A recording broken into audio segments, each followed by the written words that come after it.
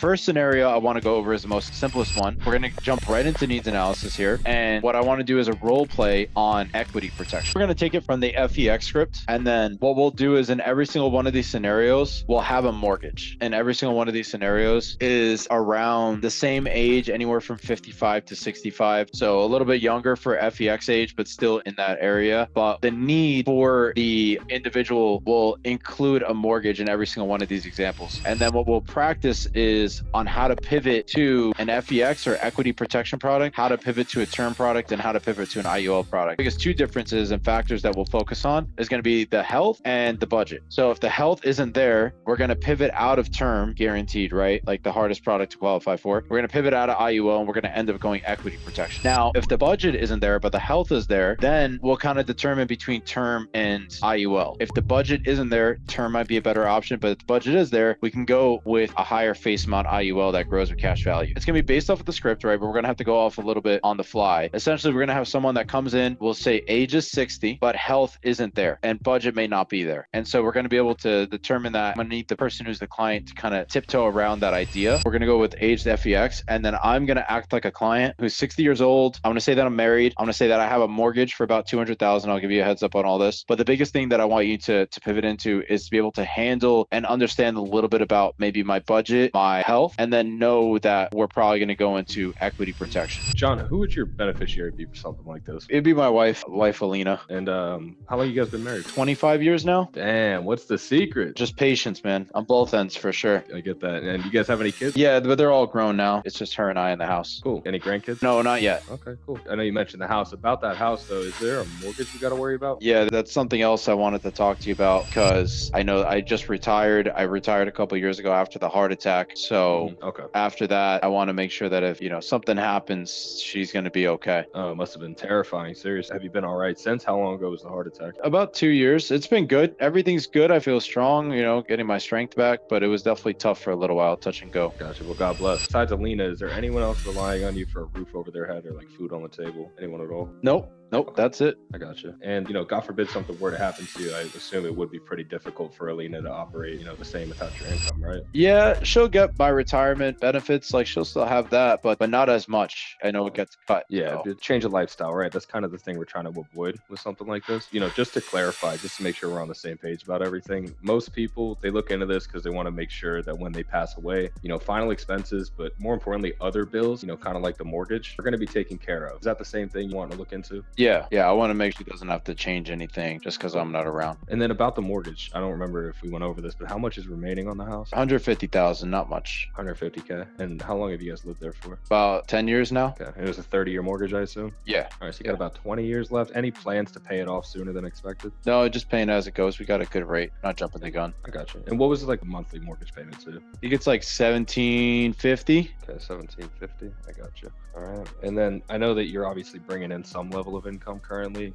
being retired. What's coming in typically? Like $4,000 a month. All right. So pretty comfortable with you around. So basically what they have me do is just go over some health questions, just to kind of figure out which plans you have the best chance of qualifying for. Okay. Mm-hmm. So because we are looking to protect something specific here, the mortgage, there's a few different ways that we can go about that. The first way is trying to cover the entire amount of the mortgage. And just to be frank with you, with your health history and recent heart attack, it's going to cost you more than your mortgage payment to even look at that. Now, the other way that they kind of, have us do this sort of thing is what's called equity protection. And basically, we'll just go through a few financial questions just to determine what would be suitable for you. But essentially what that is it's going to cover a few months to a year, maybe 18 months or 2 years of your mortgage payment. So that way, God forbid, when you do pass away, if it is unexpectedly, Alina's going to have some breathing room before the bank comes looking for, any sort of foreclosure on the home or, God forbid she has to scramble to try to sell and downsize. Okay, perfect. She'd probably move in with my daughter, but I know that it would take a while to kind of figure that out. So that's great, honestly, that you guys kind of have a contingent plan. So basically, we're just going to try to find a suitable plan, that's going to give Alina a couple months of breathing room, but more importantly, make it comfortably fit in your budget currently. So that way you guys do have something in place just in case something did happen. And then, after we discover what is a suitable plan, we can discuss the next possible steps. Perfect. Awesome. Thank you, Wade. That was fantastic. I feel like we prefaced, the health, sometimes you might not get that early earlier on, so you don't want to pigeonhole yourself and give them the idea that they're going to get the entire mortgage covered. But with this guy, and sometimes what happens with a lot of people, especially when you're talking about mortgage protection like we are right now, they'll preface the fact that they've been presented options that are crazy expensive and not covering the full mortgage amount, because you'll have agents that will try and get as much of the mortgage covered and giving them a ridiculous monthly price without thinking about the proper understanding of, like, based on their budget and what's actually going to happen if that individual passes away, which is wife's going to move in with their daughter. And so they don't need 12, 18 months, 2 years of mortgage protection. She needs about 6 months, maybe 12 months to be able to just get into a position where she can move. So the digging in the needs analysis there is key. And you really have to take your time and do your due diligence to make some determinations on the spot. That comes over time with experience, but then also being able to take advantage of people around you. So that was obviously an amazing pivot by Wade into equity protection. So the next one that we want to do real quick is a term product. And now let's make the individual a little bit younger. That way we open the door a little bit to more term options. Let's say the individual is 57 and no health issues. So we started off the call, and let's preface, like, this individual, when they started the call, when they said just going to have to ask about some health questions, what they have me do is go over some questions to see what's going to be the best fit. We'll just preface with the individual said, I'm healthy. I have nothing going on. Okay, so clean bill of health, 57 years old, and the budget isn't necessarily there. Doesn't want to spend more than $150 a month. Let's just put the number right there. Canyon, could you be the agent? And Marco, could you be the client? So you're 57, mortgage is 200,000, monthly payment 2,200. You have 20 years left on the mortgage. You have a clean bill of health, and he wants the mortgage paid off for when he passed away. That way his wife doesn't have to move. I know we're in needs analysis, so we're kind of getting ahead of ourselves and we're making some assumptions here. Go through it, and then Marco sprinkle in those bits of information as conversation, kind of like how we just did. All right, Marco. So who would be your beneficiary for something like this? Who would receive the money? It would just be my wife, Linda. Okay.